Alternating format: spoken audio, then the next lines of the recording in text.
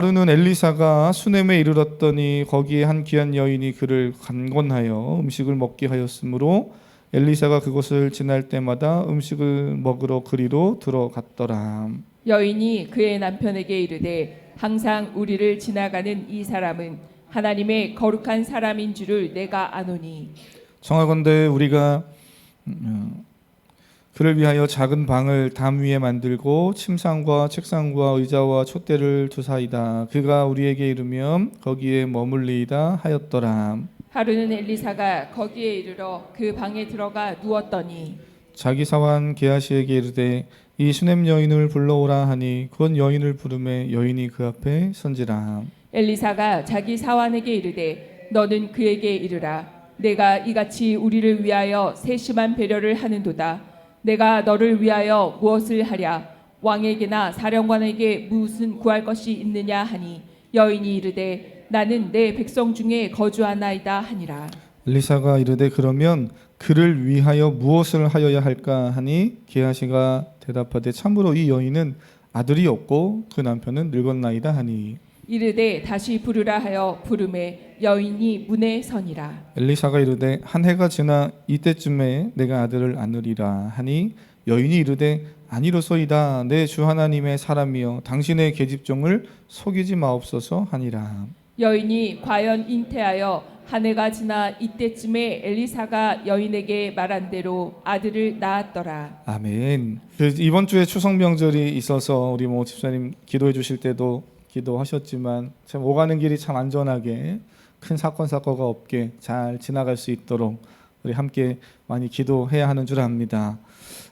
별일 아닌 것 같은데요. 추석 명절에 가끔 이제 뉴스들을 보면 아주 사소한 일인데 가족 간에 다툼이 되기도 하고 또는 이동하는 그 구간이 워낙 또 차가 막히고 답답한 일들이 생기다 보니까 사람들이 감정을 또 이기지 못해서 아주 별일 아닌데 또 사건이 돼서 뉴스에 오르기도 하는 그런 것들을 봅니다.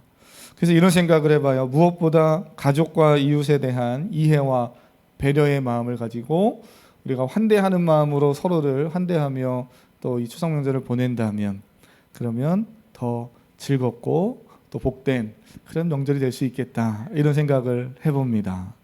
저만의 생각인가요? 네, 해봐요. 사랑하는 성도님, 그래서 오늘 마침 본문에도 등장하지만 이 배려, 환대, 이 배려에 대한 이야기를 함께 살펴보려고 합니다. 먼저 8절을 다시 한번 좀 읽어볼까요? 본문 8절입니다. 시작. 하루는 엘리사가 수넴에 이르렀더니 거기에 한 귀한 여인이 그를 간권하여 음식을 먹게 하였으므로 엘리사가 그곳을 지날 때마다 음식을 먹으러 그리로 들어갔더라. 아멘. 보니까 하루는 엘리사가 이렇게 이제 말씀이 시작되면서 수넴 지역에 우리로 말하면 역천동의 은평구에 이렇게 어느 한 지역으로 들어가는 거죠. 거기에 한 귀한 여인을 만납니다. 8절이 귀한 여인이다 이렇게 말했는데 이 귀하다라는 뜻의 이 히브리 단어를 보면 크다 뭐 이런 뜻도 있고 몇 가지 뜻들이 있어요. 근데 이 귀하다는 게 어떤 의미일까? 크다라고 하면 어떤 의미일까? 영어 성경은 great이라고 번역을 하기도 했어요. 키가 커서 그런가? 아니면 뭐 권력이 많아서 그런가? 여기서 키가 크다는 게 어떤 것인가? 귀하다는 게 어떤 뜻인가 하는 것을 생각해 보는데요. 그 의미는 나름대로 재물이 꽤 있었던 여인이다라는 겁니다. 귀부인이라는 거예요. 부유한 여인이었다는 겁니다. 놀라운 사실은 그녀가 물질만 부유한 것이 아니었음을 우리가 말씀을 이미 쭉 읽어봐서 알겠지만요. 부유한 것이 물질만이 아니었어요. 13절에 엘리사는 수넴 여인에게 이렇게 말합니다. 내가 이같이 우리를 위하여 뭘 했다고요? 세심한 배려를 했다. 한번 고백해 보겠습니다. 세심한 배려. 엘리사가 고백하기를 우리를 위하여 당신이 세심한 배려를 했군요 라고 고백하는 거예요. 그러니까 이 여인은 재물만 많이 있는 게 아니라 세심한 배려도 할 줄 아는 배려심도 있었던 거죠. 저는 이 시간 말씀 듣는 우리 사랑하는 성도님들 그리고 우리 교회가 재물만 많은 사람, 재물만 많은 교회 되지 않길 바랍니다. 할렐루야. 재물 많아야 되는데 이렇게 생각하십니까? 하나님이 은혜를 주셔서 재물도 많길 축복합니다. 이게 조사 하나 차이인데요. 재물만 많은 인생은 불행합니다. 재물도 많길 축복합니다. 배려심이 있고 믿음이 있고 하나님이 주시는 그런 은혜들이 있는데 거기에 재물도 여유가 있다면 그러면 또 하나님이 맡겨진 사역을 잘 감당하는데 또 큰 힘이 될 수도 있겠죠. 그래서 재물만 많은 교회, 재물만 많은 인생이 아니라 재물도 많은 그러한 삶이 될 수 있기를 바라요. 옆 사람에게 한번 축복해 볼까요? 그래서 그걸 가지고 이게 하나님 앞에 또 사람과의 관계 속에서 세심한 배려로 배려를 흘려보내야 될 텐데 옆 사람에게 세심한 배려를 가지고 살아갑시다. 이렇게 한번 서로에게 축복해 보겠습니다. 시작. 세심한 배려를. 아멘. 네, 세심한 배려. 앉아서 예배하는 성도님들이 저를 향한 세심한 배려는 뭐겠습니까? 그죠? 저를 잘 주목해 보시는 거고, 제가 여러분을 향한 세심한 배려는 열심히 설교를 잘 준비하는 거죠. 그런 거죠. 그래서 세심한 배려. 오늘 이 세심한 배려에 대해서 할 얘기가 많지만 오늘 말씀에 있는 몇 가지 내용들만 보려고 해요. 먼저는 이 수냄 여인이 보여준 아까 8절 읽었죠. 세심한 배려에 대해서 8절을 보면 간권하여 음식을 먹게 했다라는 겁니다. 엘리사는 엘리야 선지자의 뒤를 잇는 하나님의 사람이죠. 놀라운 기적도 베풀었습니다. 이미 2장 이후로 엘리야의 그 영적 계승을 이어받아서 그가 이미 기적들을 행하고 있고, 우리가 보고 있는 4장 앞부분에서 한 여인의 가난함도 해결해 주는 일도 있었고요. 이제 계속해서 오늘 본문 이후로도 기적 사건들이 일어납니다. 그런 엘리야는 정말 이적도 기적도 일으킬 만큼의 놀라운 하나님의 사람이에요. 야, 이 정도 있으면 밥 안 먹어도 되지 않는가? 이 정도 있으면 이 정도의 영적인 사람이면 세상 게 뭐가 필요하겠어? 이렇게 생각하십니까? 저도 먹어야 사는 거죠. 살을 빼려고 저도 애쓰지만 그래도 저도 먹어야 되는 거잖아요. 육체를 위해서는 먹기도 하고 운동도 하고 삶에 필요한 것들이 있어요. 똑같습니다. 이 수냄 여인은 엘리사를 보면서 저 사람은 하나님의 사람이니까 아무것도 필요 없어, 이게 아니라 세심한 배려가 있었던 거예요. 저 사람은 하나님의 사람인데 뭐가 필요할까 하는 것을 볼 수 있고, 그래서 음식을 제공해 주고 있다라는 겁니다. 단지 음식을 제공하는 것이 배려라고 할 수는 없어요. 잘 생각해 보세요. 먹기 싫은 것을 계속 강요해서 먹으라고 하는 것은 배려가 아닙니다. 그죠? 그래서 억지로 쥐어서 먹게 하는 것, 강제로 먹게 하는 것, 이건 배려가 아니고 오히려 폭력이죠. 괴롭게 하는 겁니다. 그런 면에서 보면 8절을 저는 볼 때 이 엘리사를 위해서 이 수냄 여인이 정말 세심한 배려를 했는데 음식을 제공해 줬구나, 그에 필요한 음식 먹을 걸 제공해 줬구나 하는 부분도 표면적으로 있지만 저는 그거보다 그 앞에 단어가 더 마음에 와닿아요. 그 앞에 단어가 뭡니까? 8절에요. 우리가 아까 읽은 그 말씀 보시면 4장 8절에 수냄 여인이 음식을 먹게 하였는데 어떻게 먹게 하였다고요? 이게 성경이 틀렸나? 강권 아닌가? 근데 간권입니다. 간권. 그죠? 강권. 강제로 또는 막 밀어붙여서가 아니고 간권하였다라는 거예요. 저는 이 표현이 더 마음에 와닿습니다. 강제로 억지로 내가 좋아서 막 떠밀어서 먹였다는 게 아니에요. 상대방에게 아무리 배려를 한다고 해도 억지로 하는 것, 강제로 하는 것은 당연히 배려가 될 수 없고요. 또 내가 좋아하는 것을 상대방에 강요하는 것도 배려가 될 수 없습니다.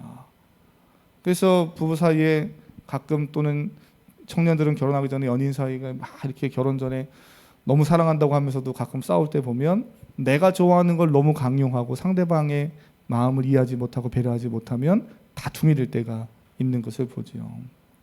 배려는요, 상대방의 입장에서 해야 되는 거예요. 수냄 여인은 자발적으로 능동적으로 자신이 할 수 있는 배려를 엘리사에게 했던 겁니다.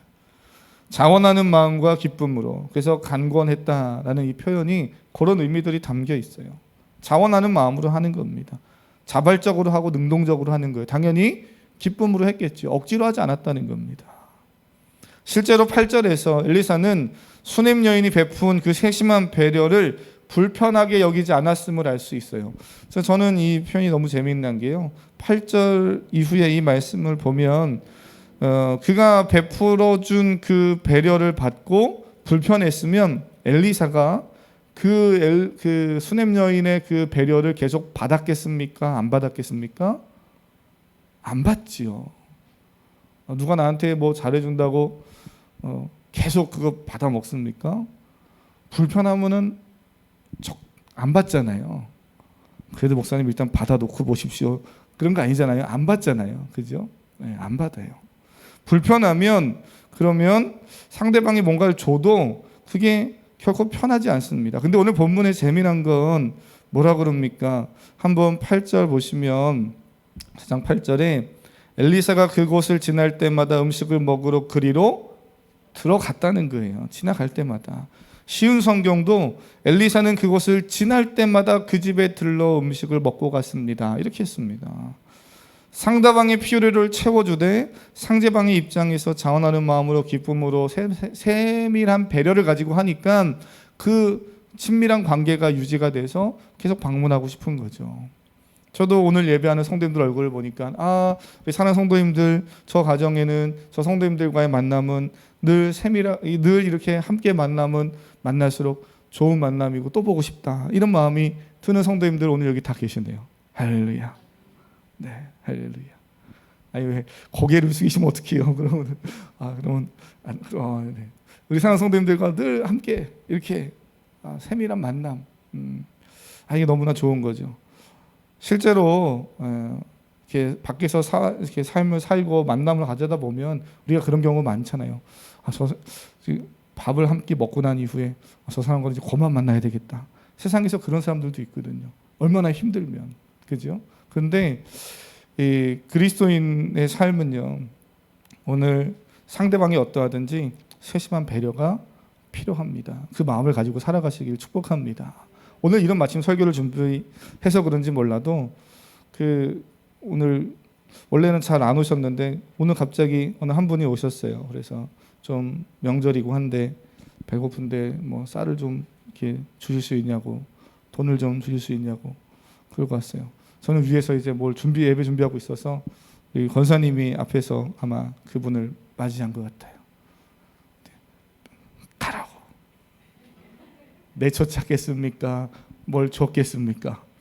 네, 뭘 줘서 보내는데 이렇게 넉넉하게 해서 보내시더라고요. 그래서 또 뭐 어떡하나 제가. 네, 어쨌든 이 말씀을 준비하면서 보니까 그냥 참 희한하죠. 사람의 마음이라는 게요. 저도 여기 있다 보면 많은 사람들이 때로는 지나가다가 목사님 어렵습니다. 도와주십시오. 그래요. 목사님이라고 물어보면 일단 목사는 맞는데 목사라고 말하기가 두려울 때가 있어요. 목사라고 말하는 순간 이제는 안 도와줄 수 없거든요. 그래서 목사님 맞습니까? 네, 목사가 맞습니다. 이래저래서 어려운데 좀 도와주십시오. 그럼 예를 들어서 뭐 10,000원을 주든 뭐 5,000원을 주든 별거 아니지만 그 드릴 때 어떤 분은 정말 마음에서 좀 더 주고 싶다 하는 마음이 드는 분도 있고, 어떤 분은 그냥 5,000원 또는 10,000원 주면서 그냥 나를 좀 그만 힘들게 했으면 좋겠다 이런 분도 어떨 때는 있거든요. 똑같은 돈 10,000원, 5,000원인데 어떤 마음을 가지고 하냐에 따라서 거기에는 세밀한 세심한 마음과 배려가 담길 수도 있고, 아니면 그냥 좋지 않은 모습이죠. 저에게도 그런 모습이 있더라고요. 사랑하는 성도님 어떻습니까? 오늘 말씀을 보면서 오늘 예배하는 우리 모든 사랑하는 성도님의 삶 안에 상대가 누구가 됐든 세심한 배려의 마음을 가지고 살아가는 그 선한 마음이 불릴듯 일어나기를 축복합니다.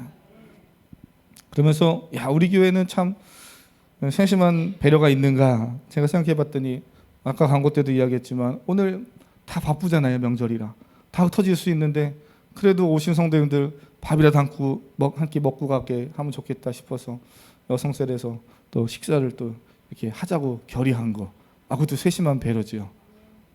할렐루야. 남의 이야기가 아니고 지금 우리 얘기거든요. 세심한 배려. 참 잘하셨구나 이런 생각이 들어요. 그럼 남성셀은 요즘 뭐 잘하는 게 없나 했더니 남성셀 뭐 평소 잘하시죠. 근데 제가 최근에 보니까 여성셀이 이렇게 식사를 하러 이제 성경 읽기를 다 끝내고 한번 쫙 나가서 식사한 적 있잖아요. 그때 우리 남성셀 우리 셀원들 알아서 밥 이제 준비된 거 잘 먹고 다 치워놓고 청소 싹 해놓고 제가 그거 좀 해주십시오라고 요청하지 않아도 다 리더들이 성도님들과 함께 쫙 하고 하는 거 보면 자기 입장에서 생각하지 않고 상대방의 입장에서, 교회 입장에서, 공동체 입장에서 하나님의 마음을 가지고 하는 배려와 섬김인 거죠. 그런 게 많더라고요. 다양한 부분에서 뭐 각 셀 리더만이 아니라 교사만이 아니라 안내하는 분, 또 매주마다 식사를 준비하는 분들 다 자기 입장에서 하지 않고 상대방 입장에서 하나님의 마음을 가지고 배려하면서 섬기면서 하는 것을 봅니다. 그러니 음식을 하나 준비할 때도 어떻게 하면 조금 더 맛있게 할까? 빨리 대충 해치우고 이번 주 내 식사 한번 지나가야지. 이게 아니라 어떻게 하면 맛있는 거 해줄까 하면서 성도님들이 다 애쓰는 그런 모습으로 지금까지 이렇게 쭉 왔잖아요. 거기에 섬김과 배려가 있다. 이런 생각을 해봅니다. 그래서 그런가 저희 교회가 지금까지 은혜 가운데 잘 이렇게 올 수 있게 된 줄 믿습니다. 그래서 설계 제목을 제가 뭐라고 그랬습니까? 그 세심한 배려가 기적을 일으킨다 그랬는데 오늘 본문에서 이 수냄 여인이 받은 어떤 은혜는 기적 같은 은혜가 있었지만 꼭 그런 것만이 기적이 아니고 세심한 배려가 있는 곳에 깨어짐이 화합이 되는 역사가 있고, 그죠? 상처가 치유되는 역사가 있기도 하고, 지금까지 은혜 가운데 이렇게 잘 왔듯이 놀라운 은혜와 기적들이 일상에서 크고 작게 있는 거죠. 그러면 이 엘리사가 그저 음식 제공하고 이렇게 한 것뿐인가? 그의 세심한 배려, 상대방을 배려하는 그 마음이 어디까지 갑니까? 오늘 말씀 보면 그 밑에 이후에 읽어보면요, 9절에서 엘리사 선지자를 위해서 이 수냄 여인은요, 그가 이동하며 다니다가 지치면 언제든지 들어와 쉴 수 있는 주거 공간까지 마련해 줍니다. 이거 정말 요즘 같은 대한민국 사회에서 주거 공간을 마련해 준다면 대단한 거죠. 요즘도 우리가 주거 공간을 마련하는 것이 쉽지 않은데 그 시대에 이 수냄 여인이 주거 공간을 마련해 줬다? 대단한 겁니다. 돈이 많아서 할 수 있지. 아니요, 돈 많다고 다 이렇게 하는 거 아닌 거 아시잖아요. 10절이 이렇게 말해요.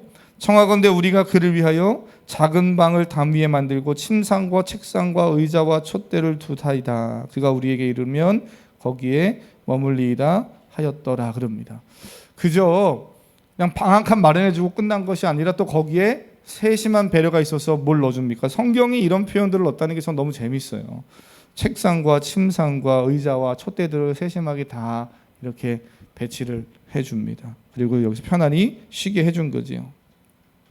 우리가 읽은 성경에 작은 방이라고 기록되어 있지만 이 작은 방은 요즘 표현으로 하면 콘크리트식으로 벽돌로 잘 지어 만든 방이에요. 그러니까 그냥 대충 어디 허름한 곳 하나 준 것이 아니라 이 엘리사를 위해서 나름대로 정성껏 공간을 마련하고 제공을 해줬다는 거죠.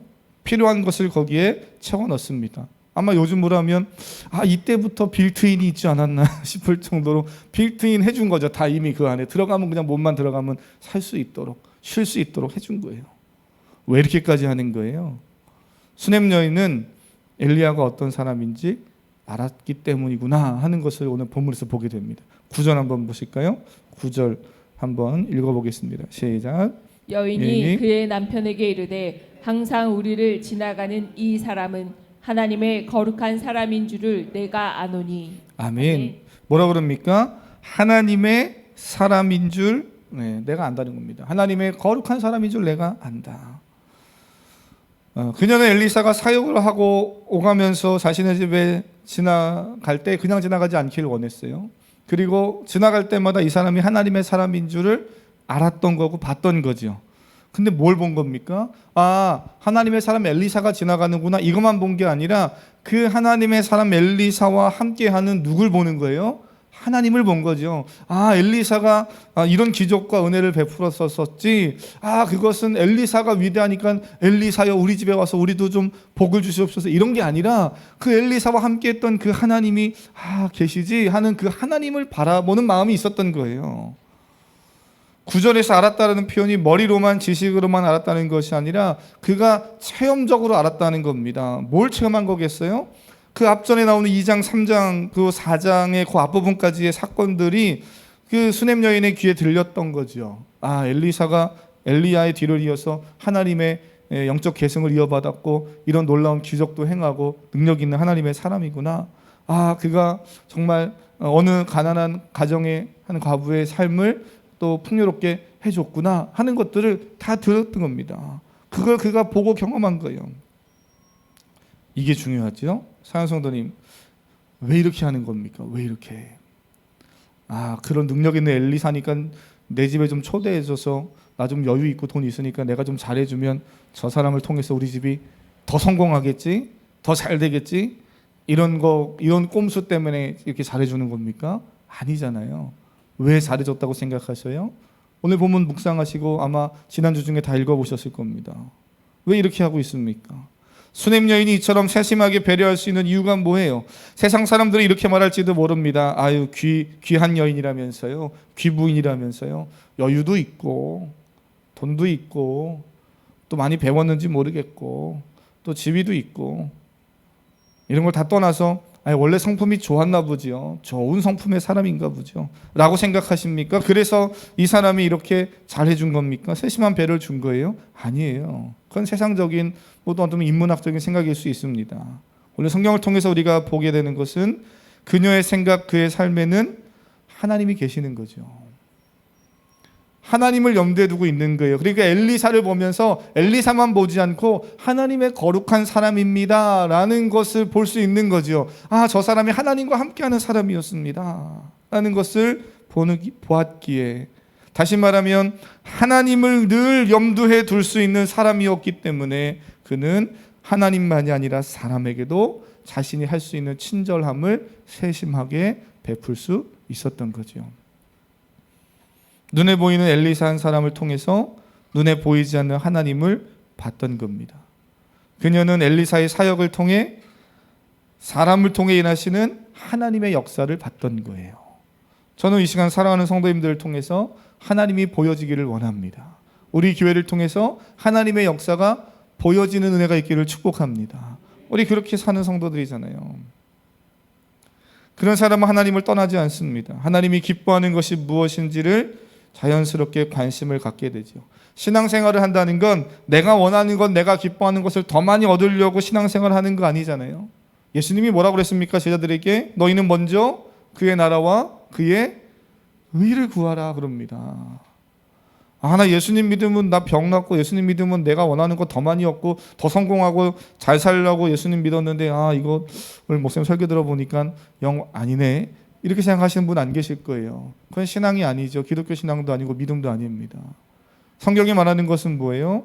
우리가 얻어야 될 것은, 예수님을 믿는 이유는, 그 목적은 세상에 무엇인가를 얻기 위함이 아니라 하나님을 얻고 하나님의 은혜를, 하나님이 우리에게 주시는 그 구원의 기쁨을 우리는 누리면서 사는 거죠. 그걸 감사하며 사는 겁니다. 먼저 그나와 그 일을 구하면 하나님께서 우리에게 더 좋은 것들을 채우신다고 약속하셨죠. 그 믿음을 가지고 살아가신 우리 사랑하는 성도님 되시기를 바랍니다. 저는 오늘 이 스토리가 사실 열왕기 하에 이 스토리가 상당히 빠르게 지나가거든요. 오늘 본문에서. 그래서 11절로 내려가 보면 이렇게 대화하고 엘리사에게 세심한 배려를 베풀었던 그 수냄 여인을 엘리사가 부릅니다. 자신의 사환과 함께 엘리사를 앞으로 불러요. 그러면서 이제 이 세 사람이 함께 대화하는 내용들이 등장하는데, 13절 이렇게 보면 이렇게 말하죠. 한번 13절 읽어보겠습니다. 시작.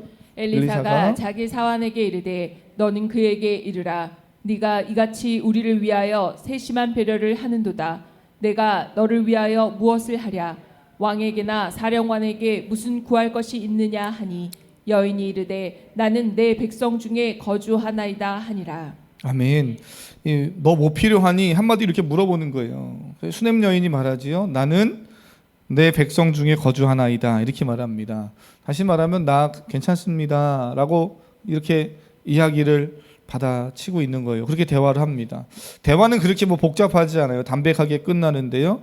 14절에서 엘리사는 자신의 사환인 이제 게하시에게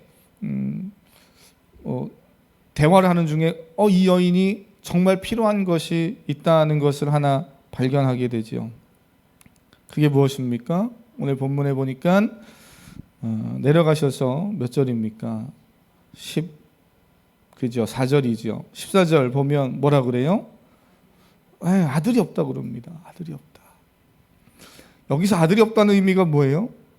딸은 많이 있는데 아들만 없습니다, 이런 의미입니까? 아니에요. 구약 성경에서 아들이 없다라는 건 자녀가 없다는 거예요. 고대 사회에서 아들이 없다는 건 이것은 그 가정의 심각한 문제입니다. 그리고 큰 기쁨이 하나 상실된 거예요. 생각해 보세요. 처음에 이 여인을 소개할 때 어떤 여인이라고요? 귀한 여인. 나름대로 사회적으로 돈 좀 있고 여유 있는 삶입니다. 근데 정말 중요한 기쁨 하나가 빠져 있어요. 뭐요? 아들이 없다라는 거죠. 그렇다고 뭐 딸이 필요 없다는 게 아니라요. 이 고대 사회 이 시대에서 성경이 지금 이야기하고 있는 포인트가 뭔가를 보면 이 사람은 지금 나름대로 삶은 겉보기엔 다 괜찮아 보이는데 아들이 없는 상실과 슬픔이 있다라는 겁니다. 성경 시편 127편 3절에 보면 보라 자식은 여호와의 기업이요 태의 열매는 그의 상급이로다 그래요. 자녀가 없다는 것, 이것은 그 가정에 정말 슬픈 괴로운 일입니다. 그녀에게 엘리사의 한마디 던져주는데 너무 충격적인 말이었던 것 같아요. 뭐라 그럽니까? 한 해가 지나 이때쯤 되면 내가 아들을 안으리라. 이 말이 얼마나 이 여인에게 충격적이었는지를 알 수 있는 표현이 등장하지요. 16절 후반부에 보면 하나님의 사람이여 당신의 계집종을 속이지 마옵소서. 본인도 믿을 수 없고 본인도 인정할 수 없는 거예요. 내가 다음 해에 아들을 낳는다고, 내가 임신이 되고 아들을 낳는다고, 말이 안 된다고 생각한 겁니다. 인간적으로는 육체적으로는 안 된다고 생각한 거예요. 왜요? 14절 읽으셨죠? 그 가정에 아들이 쭉 없었고 남편은 이미 늙었고, 다시 말하면 이 가정에 자녀를, 아들을 얻을 수 있는 기쁨은 이미 상실되고 불가능한 일이라는 겁니다. 근데 놀라운 건 엘리사가 선포한 대로 그 가정에, 오늘 우리가 17절까지 읽었지요? 이 여인이 아들을 얻습니까? 못 얻습니까? 얻습니다. 사랑하는 성도님, 하나님은 우리의 삶에 정말 꼭 필요한 것을 채워주시는 하나님이신 줄 믿습니다. 이 여인이 모든 걸 다 가진 것처럼 보이지만 남모르는 슬픔과 아픔이 있었던 건 하나님이 채워주시고 해결해 주시죠. 이 사건을 보면서 우리는 무엇을 느낄 수 있습니까? 하나님, 이 시대의 절망의 시대 속에서도 하나님은 계속해서 소망이 없었던 그 시대에 하나님은 소망을 주고 계시고, 오늘 동일하게 우리 시대의 나의 삶에도 소망이 깨어진 것 같고 어떠한 기쁨이 남들이 볼 땐 다 괜찮게 잘 있는 것 같은데 남모르는 슬픔과 아픔이 있는 그 부분을 우리 주님은 아시고 만지시고 회복하시는 하나님이심을 믿습니다. 사랑하는 성도님, 그 마음을 가지고 우리가 이 시간 서로를 위해서 좀 세심한 배려의 마음을 가지고 기도해야 하고 또 기도하는 한 주가 될 수 있기를 바랍니다. 나만을 위해서 기도하지 말고 시대가 복잡하고 혼란하고 삭막하니 하나님이 대한민국 사회와 이 시대를 위해서도 함께 기도하시고, 경쟁이 극에 달해 있어서 우리 자녀 세대가 참 어려워하고 우리 성도님들 직장에서 정말 너무나 어렵게 피튀기며 삶을 또 살아내고 있는데, 하나님, 이러한 세상 속에서 배려와 한대는 무슨 말입니까? 더 치열하게 싸워서 더 많은 걸 얻어야지요 라고 생각한다면 여전히 기독교 신앙이 뭔지 모르고 하나님의 은혜를 아직 잘 모르는 거죠.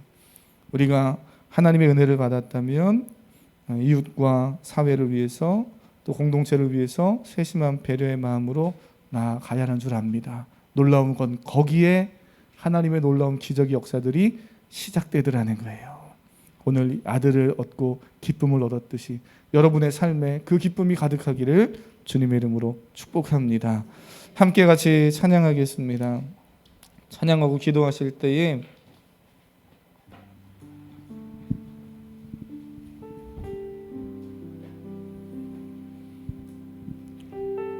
우리 가사를 고백하면서 하나님, 우리가 또 한 주간 또 우리의 남은 생에 그렇게 살아가길 원합니다. 함께 같이 기도하시고 말씀을 붙잡고, 특별히 우리 사랑하는 성도님들을 떠올릴 때 오늘 내가 오늘은 한세의 성도님을 위해서 좀 기도하고자 하는 마음이 하나님 내게 부어주시네요. 그럼 그분을 위해서 기도하시고요.